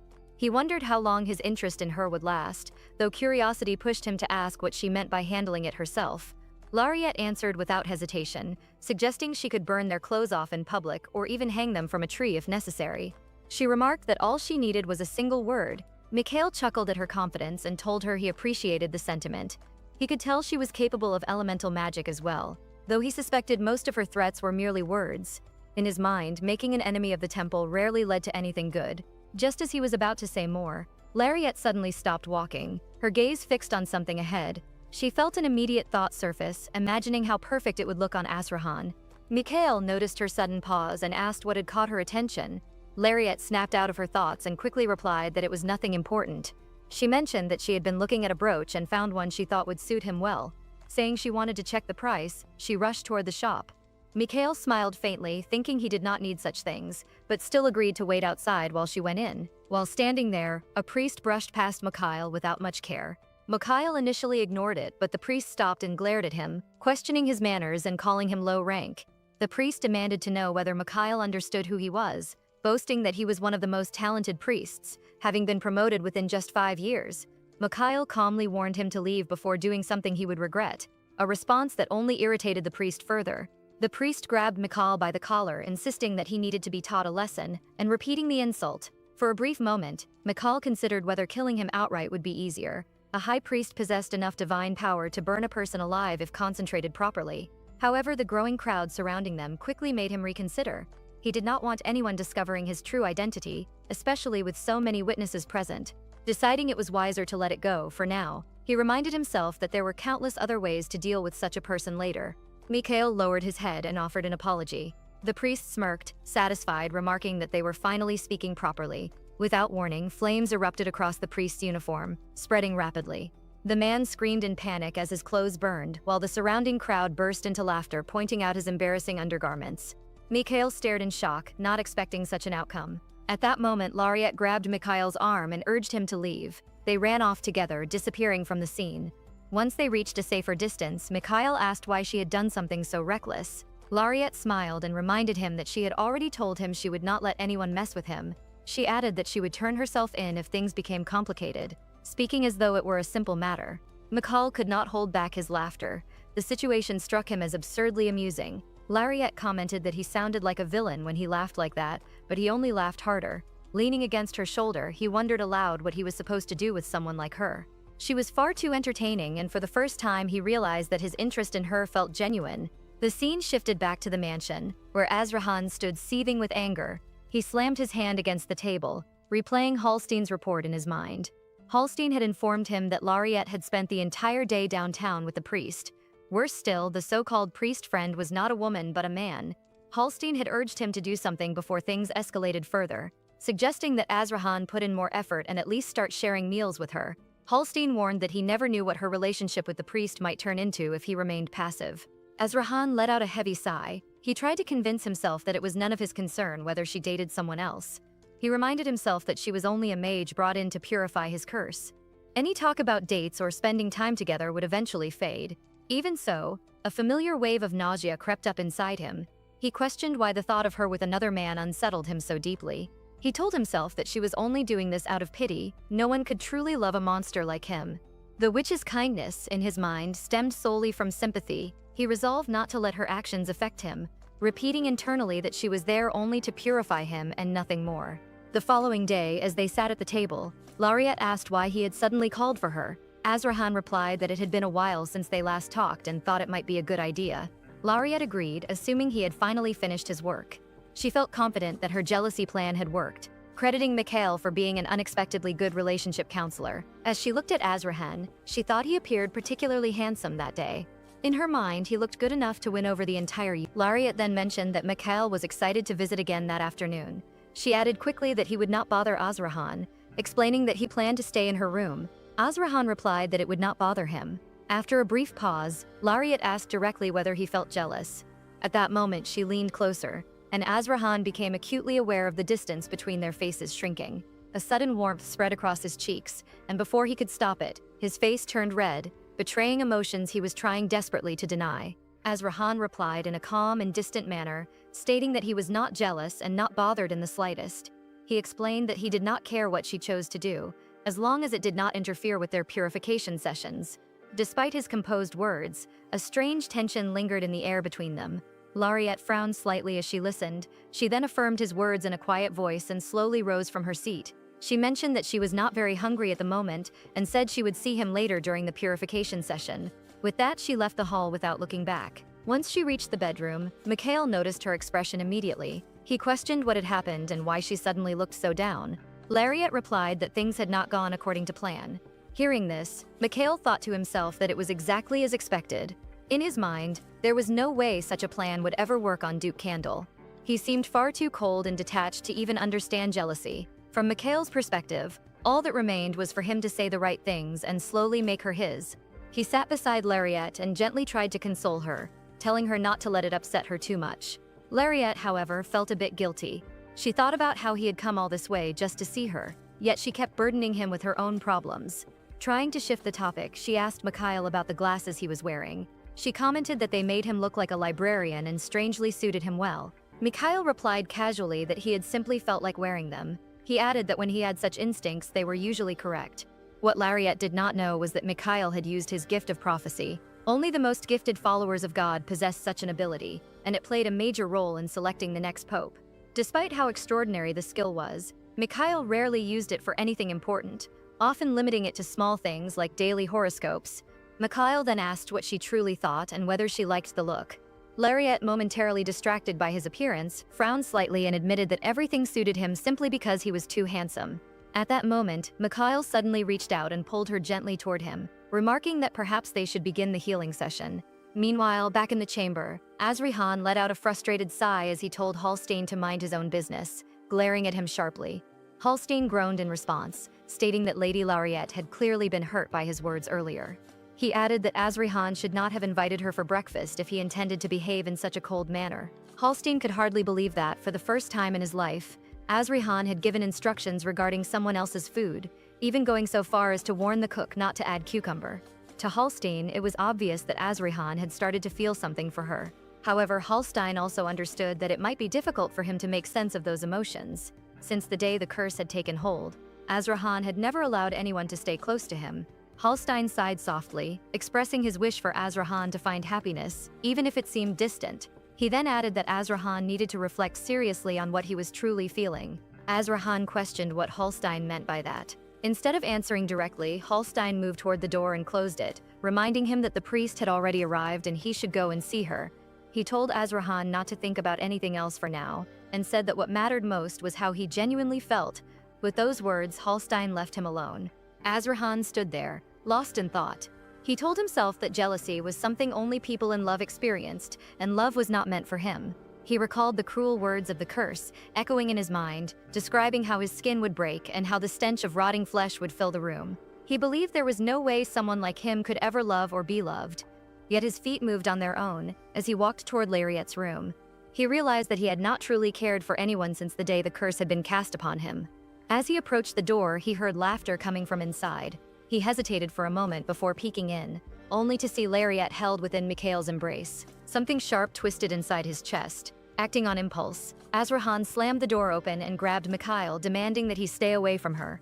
Mikhail, remaining calm, responded politely, introducing himself as a servant of Altion at his service. Inside, Mikhail felt relieved that he had chosen to wear the glasses, knowing it would not benefit him if his true identity were exposed. Lariette was startled by the sudden confrontation. Mikhail quickly addressed the situation, assuring her that everything was fine and asking whether the interruption surprised her. Lariette tried to explain, saying that they had merely been helping each other with healing as friends. As she spoke, Mikhail squeezed her shoulder gently. Watching this, Azrihan felt his breath catch. He could not understand how such closeness could be described as just friendship. He ordered the deacon to leave, his voice tense. Mikhail affirmed the request and stepped out, though his thoughts remained focused on the situation. He found it interesting that the Duke, who had appeared uninterested before, reacted so strongly now. Even so, Mikhail had no intention of giving up on Lariette. Once Mikhail left, Azrihan sat beside Lariette. She remarked quietly that she thought he had said he was not jealous. Hearing those words made Azrihan realize how emotionally he had reacted. He questioned whether he was truly jealous after all. The thought of her showing her gentle kindness to someone else made his heart burn painfully. He did not want her to hate him, nor did he wish to hurt her. More than anything, he wanted to be with her, even though he had tried repeatedly to deny those feelings.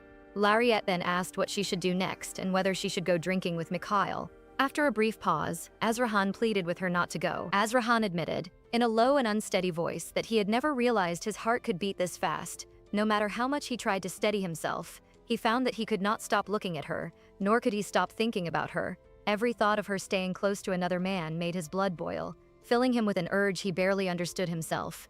The image alone made his chest tighten, as if something inside him demanded to protect what he had not even dared to claim before. Lariette appeared surprised by his confession. Seeing her reaction, Azrihan continued, explaining that if what he was feeling was jealousy, then yes, he was jealous far more deeply than she could imagine. He slowly lifted his hand toward her face, then hesitated, In his mind, he saw himself as nothing more than a tainted monster. He feared that even touching her might harm her, and the thought alone made him stop midway. Still, he admitted that it had taken him a long time to realize these feelings, simply because he had never felt anything like this before. He then brought up her earlier offer about dating each other, asking whether it was still valid. His heart was pounding uncontrollably as he suddenly understood, with startling clarity, that he liked her. At that moment, Lariette felt a flutter in her chest, as if butterflies had taken flight. She affirmed his question with a bright smile and stepped forward to hug him, as Rahan felt his heartbeat race even faster, almost overwhelming him. Lariette stated that she looked forward to spending time with him. Hearing this, Azurwinan thought that this was the first time in his life he had loved someone who loved him back. The realization felt unreal, and he could hardly believe that something like this was happening to him. Lariette, meanwhile, silently thought about the 3 months she still had ahead of her, cherishing the warmth of the moment. Azurwinan smiled to himself, thinking that perhaps he should redecorate the garden, imagining it as the place Lariette might spend the rest of her life in. Later, Lariette wrote in her diary about the many things she wanted to do together. She listed watching shows, reading together in the library, swimming, visiting hot springs, and many other simple joys. She then asked Azrahan what he thought about it, about all the things they could do together. Azrahan looked at the list and felt a heaviness settle in his chest. To him, those were so many things he believed he could not do because of his cursed body, and there were even more limitations he did not voice aloud. As he flipped through the pages, Lariette quickly reached out and stopped him, explaining that the section he was about to read was about something else. Her heart nearly burst from fear as she realized he had almost seen her bucket list.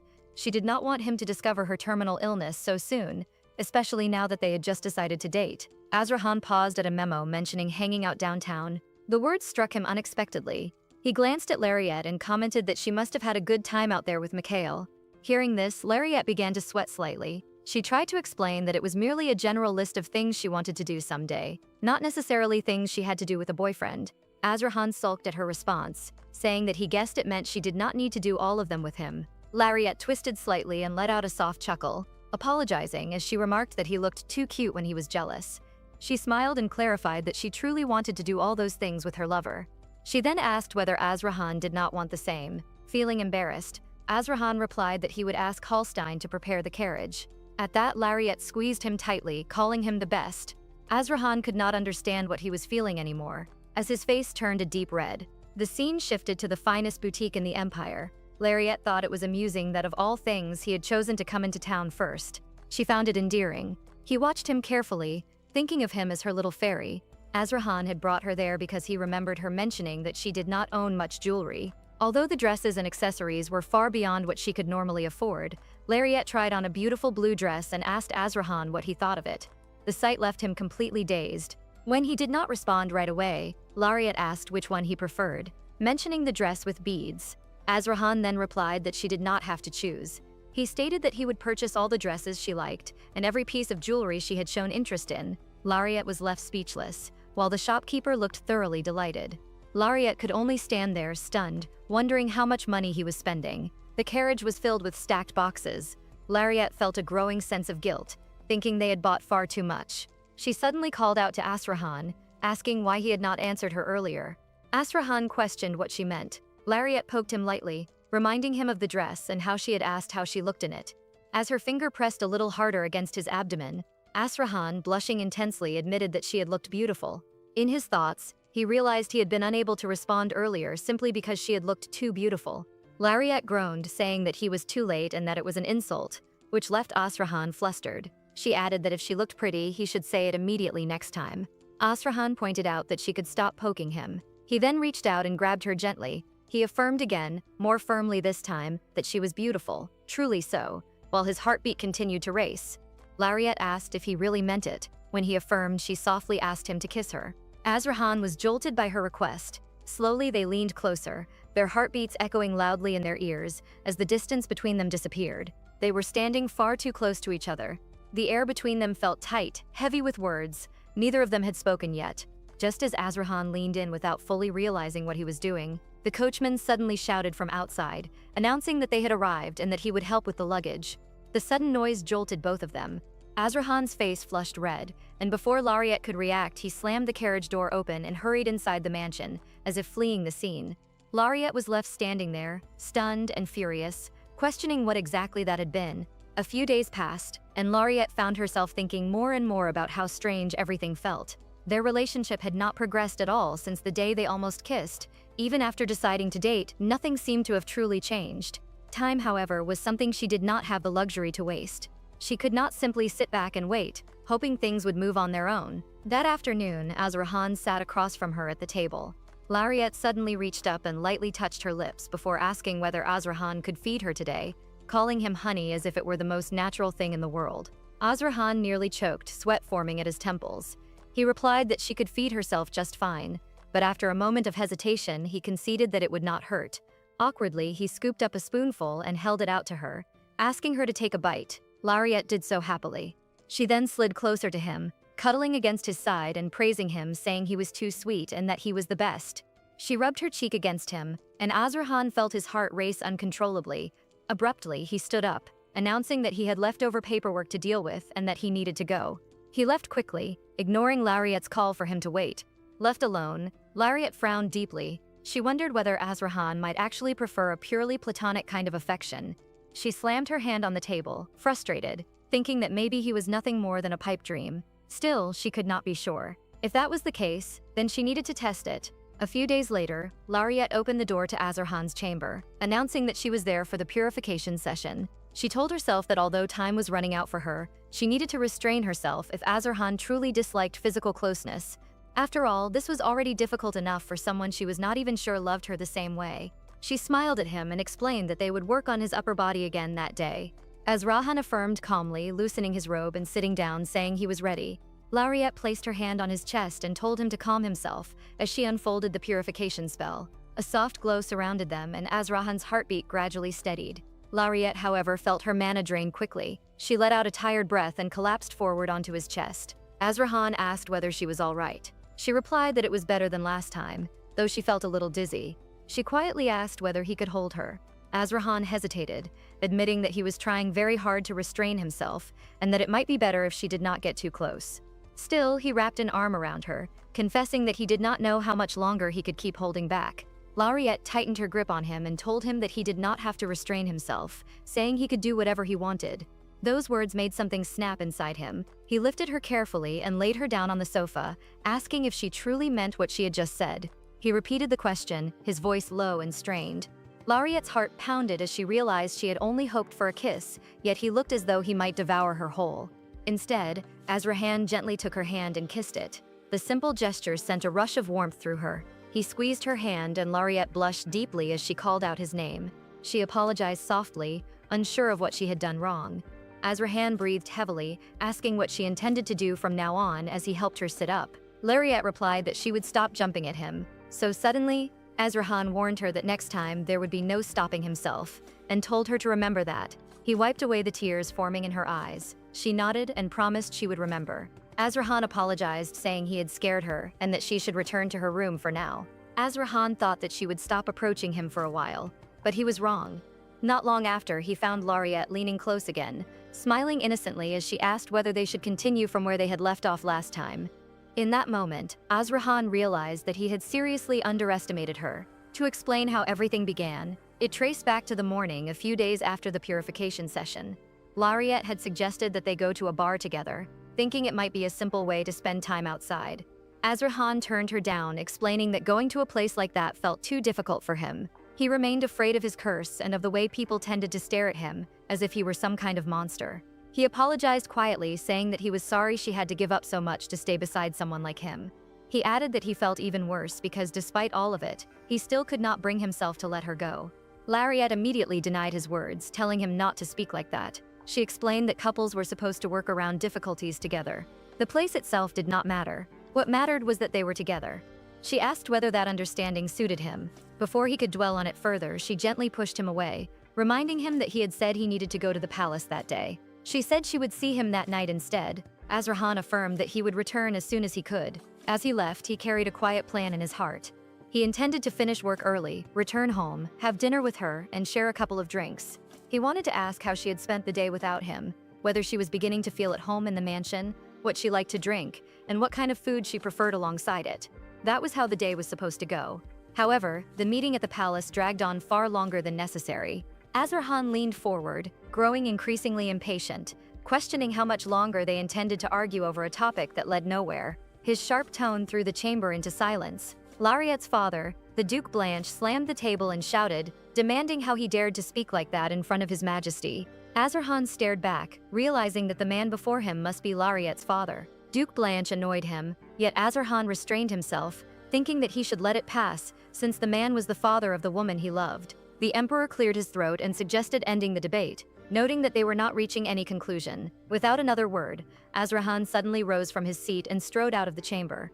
The nobles released quiet sighs of relief, while Duke Blanche muttered about Azrahan's disrespect. Another noble coldly remarked that the Duke should consider himself fortunate, asking whether he had forgotten how fierce Duke Candle could be and whether he wished to remain alive. Duke Blanche denied fearing him but insisted that such behavior was unacceptable. The noble only smirked, advising the Duke to act wisely if he wished to preserve a family title already on the brink of collapse. Duke Blanche face flushed with humiliation. Storming out of the chamber, Duke Blanche fumed, believing all of this trouble stemmed from Lariette. Their finances were spiraling, with no one managing the books properly. Ryan spent recklessly and his wife blamed him endlessly for Lariette's departure. He convinced himself that his wife had failed to educate their daughter properly. He reasoned that he had at least recovered some losses by forcing Ryan to work at the palace. Still, the greatest issue remained that his own daughter had dared to go against him.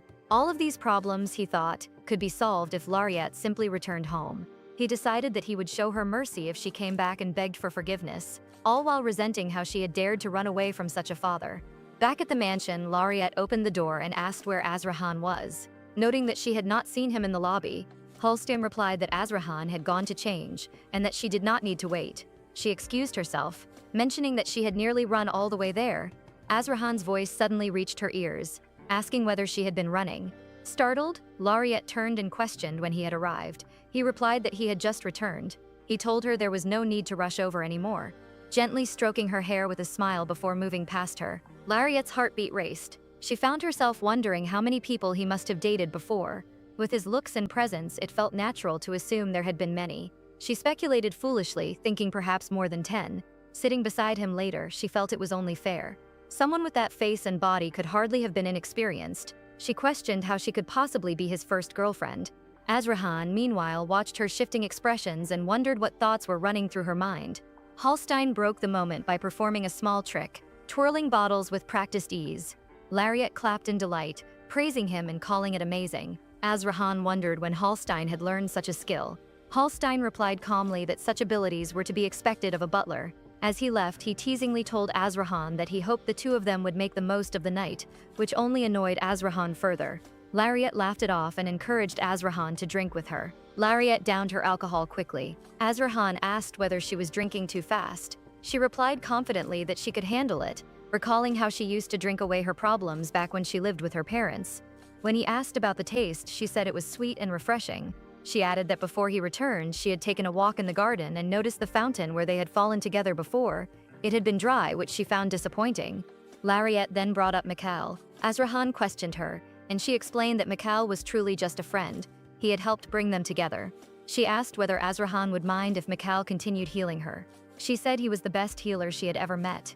If the way he healed her made Azrahan uncomfortable, she was willing to ask him to change it. Azrahan struggled to identify what she was feeling. He sensed that she was trying hard to hide something, yet it concerned her health. He did not want her to suffer, nor did he want her to resent him. In the end, he told her to do as she wished. Lariette cuddled closer, praising him again and calling him sweet. She then remarked that she felt hot and was sweating, complaining that she could not undo a button on her clothes. Suddenly, she took Azrahan's hand, catching him off guard, and guided it toward her, asking whether he could help her undo it. Azrahan slowly pulled his hand back, asking whether she had drunk too much. Instead of answering properly, Lariette gently pushed him down, making him lie back. She called out his name again, her tone light and careless. She asked whether they should continue from where they had stopped last time. Azrahan tried hard to restrain himself, remaining aware that she was not fully sober. However, when Lariette placed her hand against his chest, his body reacted despite his efforts. He shifted uneasily, pleading for her to let him go. Lariette only giggled in response, saying she would do so only if he promised to do something for her. Azrahan asked what it was, his thoughts racing as he assumed it must be something harmless. Lariette then asked him to give her a kiss. Azrahan felt conflicted, repeatedly reminding himself that she was drunk. He reasoned internally that it would only be a simple kiss and nothing more. After hesitating, he agreed and leaned closer to her, moving toward her lips. At the last moment, however, he changed direction and pressed a quick kiss to her cheek instead, stating that he had fulfilled her request. Lariette stared at him in confusion, wondering whether he was joking. She reached out and held onto him again. Azrahan asked her to wait, but Lariette did not stop. She leaned forward and kissed his lips, catching him completely off guard. The moment felt sudden and disordered. Lariette paused afterward as if realizing what had just happened, thinking that it had indeed been a kiss. Azrahan let out a low groan, overwhelmed by the situation. Lariette pushed him slightly as he ended up lying over her, then remarked that she had gone too far. Moments later, her body relaxed as sleep took over, her breathing evening out as she drifted off. Azrahan remained still for a while, unable to process what had happened. Eventually, he sat up, feeling entirely defeated. The next morning, Lariette burst into Azrahan's room without warning. She looked at him closely and asked whether he was awake. Noticing his unusually pale expression, Azrahan wondered internally whether she truly remembered nothing from the previous night. Lariette behaved innocently, asking when she had fallen asleep. The only thing she recalled was him telling her that it was fine for Mikhail to continue healing her. In truth, Lariette was pretending not to remember anything else, feeling too embarrassed to acknowledge it. Azrahan slowly realized that she genuinely had no memory of the kiss. Lariette commented that she usually handled alcohol quite well, yet the hangover she felt that day was unbearable. She assumed it must have been because they drank cocktails. Azrahan felt conflicted, thinking about how she had taken his first kiss without remembering it at all. He called out to her and firmly stated that she was forbidden from drinking with anyone else from then on. Lariette froze, shocked by his words, and demanded to know why. She pointed out that others had told her she was fun when she got drunk. Azrahan questioned who those others were, remarking on how interesting it sounded. His thoughts drifted to uncomfortable possibilities, wondering whether she had drunk like that with someone before, perhaps an ex-boyfriend. At the same time, Lariette felt her own frustration rising, thinking that he must have dated many people before, and the idea felt deeply unfair to her. Before the conversation could continue, Hallstein appeared at the door and excused himself politely. He informed them that the deacon had arrived to see Lariette. She immediately felt that the timing could not have been worse. Azrahan stiffened, clenching his fist as he instructed that the deacon be directed to the living room. Lariette moved to the living room where she found Mikhail already present. She apologized to him for what had happened previously, admitting that she had not even managed to stop him from being thrown out and that she should have apologized sooner. Mikhail brushed it off calmly, telling her not to worry about it. He lightly patted her shoulder and said she had nothing to feel sorry for. He added that if she still felt bad, she could visit him next time. He remarked that the atmosphere in the mansion felt overly intense for him, realizing that Duke Azrahan seemed to be keeping a close watch on him. Lariette then brought up the healing sessions, asking whether he would mind changing their position during them. Mikhail questioned whether Azrahan had asked for such a change. Lariette clarified that it was her own decision, explaining that being so close to him felt inappropriate now that she had a boyfriend. Hearing this directly from her hurt Mikhail more than he expected, but he hid it behind a gentle smile. He said that while the healing might not be as effective, he understood. Lariette thanked him sincerely. Mikhail then patted Lariette's hand and asked her not to forget their friendship, saying he would hate to lose a friend because of a romantic relationship. Lariette apologized if she had hurt him, explaining that it had never been her intention. Mikhail responded by asking whether she would like to go to the library with him. Lariette asked whether he meant that very day. He confirmed, saying the library would be a suitable place. Lariette nodded, reasoning that it should be fine for friends to visit the library together. She agreed, mentioning that Azrahan seemed busy anyway. As Mikhail considered the situation, he thought that once they left the mansion, the servants would no longer be able to watch them. He also believed Azrahan would not dare follow a deacon and his partner to the library if he cared about his reputation. Just then, a firm voice interrupted, stating that he would be coming with them. Azrahan stood there with a composed expression, asking calmly whether there was a problem. The unexpected declaration caught Mikhail completely by surprise. A tense atmosphere lingered between them for a while. Mikhail lowered his head and bowed deeply, stating that the servant of Altion humbly greeted his grace. The words sounded formal and measured, yet Azrahan chose to ignore the greeting entirely, directing his attention toward Lariette instead. Lariette questioned whether Azrahan was not supposed to be busy that day. In response, Azrahan smiled gently and replied that spending time with her mattered more to him than anything else. The remark caused Lariette to blush instantly, and she hid her face, clearly embarrassed by his words. Afterward, Azrahan turned his attention toward Mikhail and asked whether he might join them. Mikhail paused for a brief moment, feeling that he never expected the Duke to go so far. Still, he affirmed that he would be honored to accompany them and offered a polite smile in response. as Rahan then instructed Hallstein to prepare the carriage. Hallstein appeared visibly delighted, feeling pleased that his master had finally taken the first step forward. As the carriage began moving, silence filled the space between them. Lariette wore a small smile, quietly hoping that the two of them would grow closer as friends. She felt that traveling together would surely make things more enjoyable. Meanwhile, Mikhail experienced an uneasy sensation as though an unspoken warning lingered in the air. He felt that perhaps he should not be accompanying them at all, wondering whether this growing anxiety was some form of prophecy he could not yet understand. Suddenly, he sensed something unusual and shifted his position to glance outside. His eyes landed on the familiar structure of the royal library, and an odd feeling settled in his chest. He asked whether they were heading to the royal library at that very moment. As Rahan calmly affirmed his question, Mikhail immediately felt uneasy, thinking that too many people at the palace knew him well. He believed that being recognized there could lead to unwanted trouble. He quickly stated that he had completely forgotten about an urgent matter at the temple and insisted that he must return at once to avoid any complications. Lariette nodded in understanding, affirming that she understood his situation and encouraging him to go. The carriage came to a stop midway. Mikhail stepped down, thanking Lariette politely and offering his sincerest apologies to His Grace for the inconvenience. He bowed once more before excusing himself and leaving. As he departed, Lariette giggled softly and remarked that it would turn into a library date instead. She reached out and held Azrahan's hand without hesitation. Azrahan felt an unfamiliar thought cross his mind. He realized that he was not some fearsome beast, but a human being, and he wondered what could possibly go wrong during a visit to the library. Upon their arrival, Lariette spoke cheerfully, teasing that he seemed to be holding her hand far too gently, as though he might drop it at any moment, while Azrahan feared hurting her, thinking of her as something fragile and delicate. At the same time, Lariette felt uncertain about what she should do next. She realized that Mikhail had originally planned the library visit, and without him, she felt momentarily unsure. Still, she moved forward, suggesting that they look around first as they wandered through the rows of shelves. While doing so, she exclaimed that the way Azrahan followed her everywhere felt unbearably cute, to the point that it made her heart ache. Reaching out, Lariette turned toward Azrahan and wrapped her arms around him briefly. She told him that he did not need to follow her so closely, and suggested that he find a book he wanted to read instead. Her words caused Azrahan to blush faintly. He stepped back slightly and asked whether she truly needed to speak so close to him. Lariette affirmed that they were inside a library, reminding him of the quiet surroundings, and gently pushed him toward the shelves, encouraging him to look for a book. Azrahan agreed and moved away, while Lariette continued forward, feeling that even library dates could feel romantic. Small moments like this made her heart flutter. Lariette soon attempted to reach for a book placed high on the shelf. She felt confident that Azrahan would come to her aid if he noticed her struggle. However, before that could happen, a large shadow fell over her. Her heartbeat quickened instantly.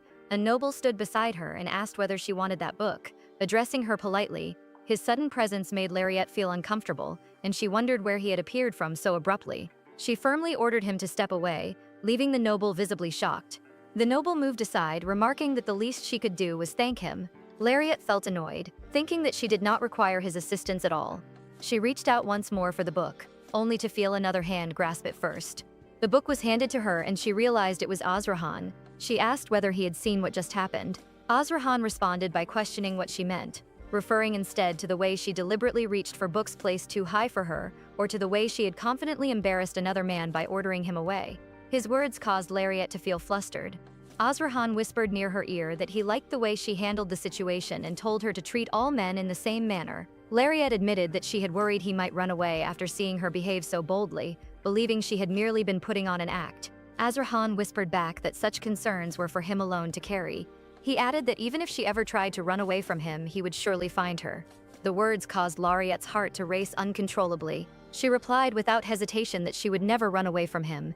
The realization struck her a moment too late. It was an answer given far too soon, though. Lariette could not have known it at the time.